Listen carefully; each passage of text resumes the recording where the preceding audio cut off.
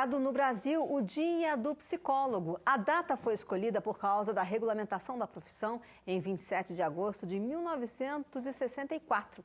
Mas o que faz exatamente esse profissional? Convidamos a psicóloga clínica Carmen Lúcia Brandão Zafalon para conversar com a gente aqui hoje. Muito boa tarde, Carmen Lúcia. Obrigada pela sua participação. Boa tarde para vocês, muito obrigada pelo novo convite, é sempre um prazer estar com vocês. O pessoal te chama de Carminha?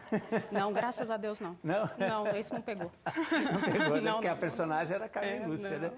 Gracinha. Antes de mais nada, eu quero mandar um beijo para minha irmã, para o meu irmão, para minha cunhada, que são todos psicólogos, né? E para você também, parabéns muito aí pelo obrigada. dia, viu? E para começar, qual é a diferença entre o psicólogo e o terapeuta?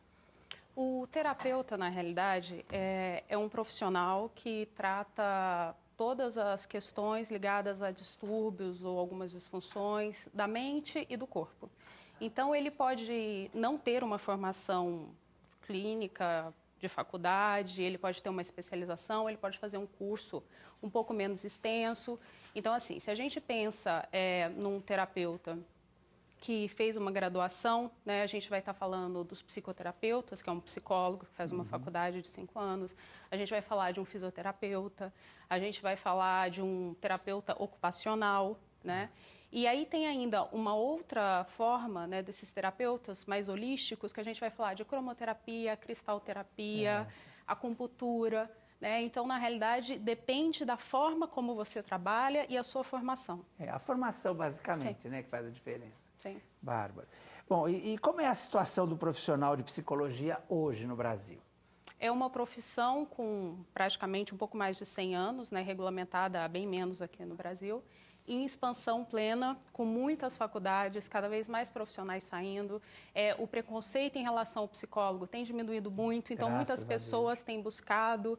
As áreas de atuação só aumentam, então assim, hoje a gente tem psicólogo em hospital, psicólogo em clínica, psicólogo em escola, indústria, né, instituições, então sempre, sim, também, então né? sempre uma profissão que está, graças a Deus, crescendo bastante e sendo muito reconhecida hoje.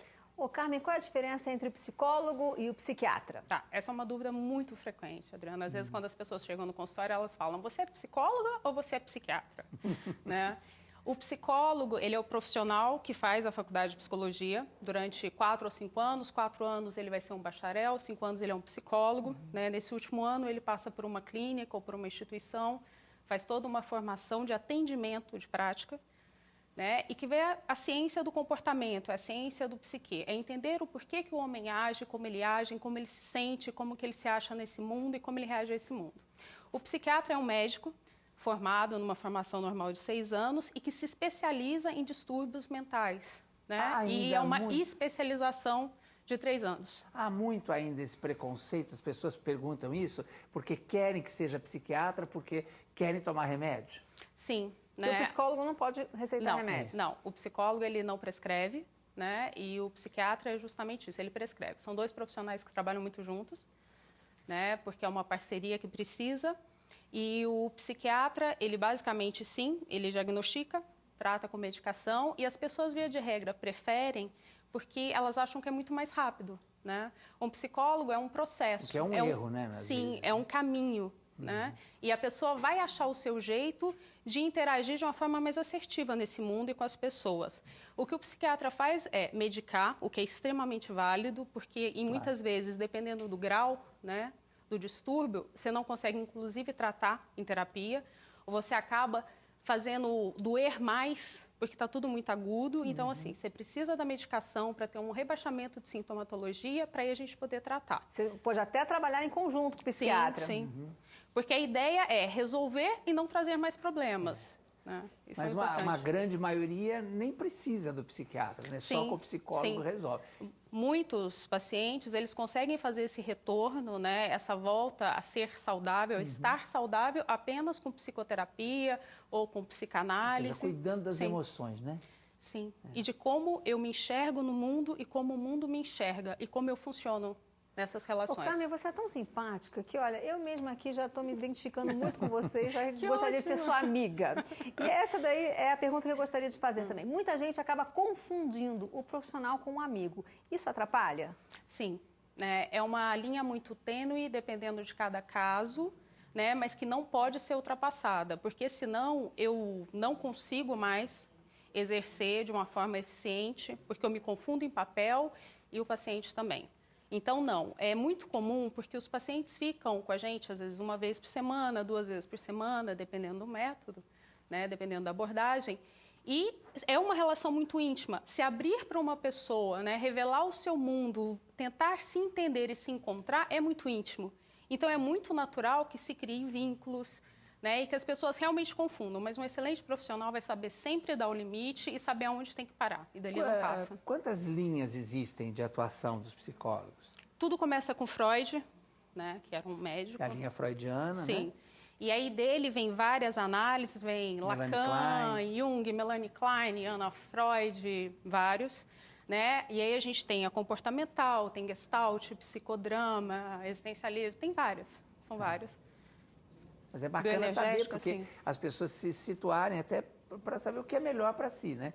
De repente, para um ator, por exemplo, psicodrama talvez não seja legal, né? Porque ele já tem a técnica, então é ruim. E é uma atuação, né? Se colocar no papel, sim. É que o principal faça uma entrevista com uma pessoa muito bem recomendada, né? Uma pessoa que esteja no conselho, inclusive, isso é uma forma do conselho conseguir gerenciar um pouco.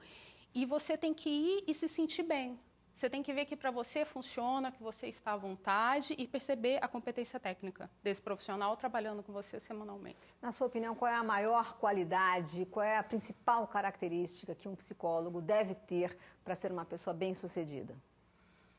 Eu não conseguiria resumir em uma, Adriana. Eu acho que muita competência técnica, o que diz que ele também tem que ter passado por um processo pessoal, para ele saber exatamente o papel dele e estar bem para atuar.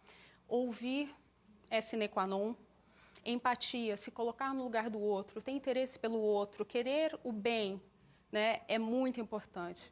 Eu iria por essas. Eu também considero uma profissão muito importante e você tem que escolher com muito cuidado o profissional que você vai trabalhar, porque você vai estar atuando ali diretamente com a pessoa, dando conselhos na vida daquela pessoa, não é? Sim. E dependendo do que você for falar, isso daí pode ter consequências drásticas na vida da outra pessoa. Você faz pontuações, né? Então você faz a pessoa repensar, você mostra caminhos possíveis, direções, as possíveis consequências disso e se habilita esse paciente a caminhar e ir para frente. Né? Então, assim, é muito importante até porque assim, o nosso trabalho é entre eu e o meu paciente, ou entre eu e a minha família que eu estou trabalhando, ou entre eu e o casal, ou eu e meu grupo. Né? E se o paciente, se ele realmente não tiver uma competência, fica muito difícil, inclusive, de você saber o resultado final depois, os desdobramentos desse trabalho. E outra coisa que eu considero fundamental aqui para a gente encerrar a nossa conversa, para que uma terapia seja bem sucedida, é fundamental também que a pessoa queira se modificar e ouvir também o que o profissional tem a dizer a ela.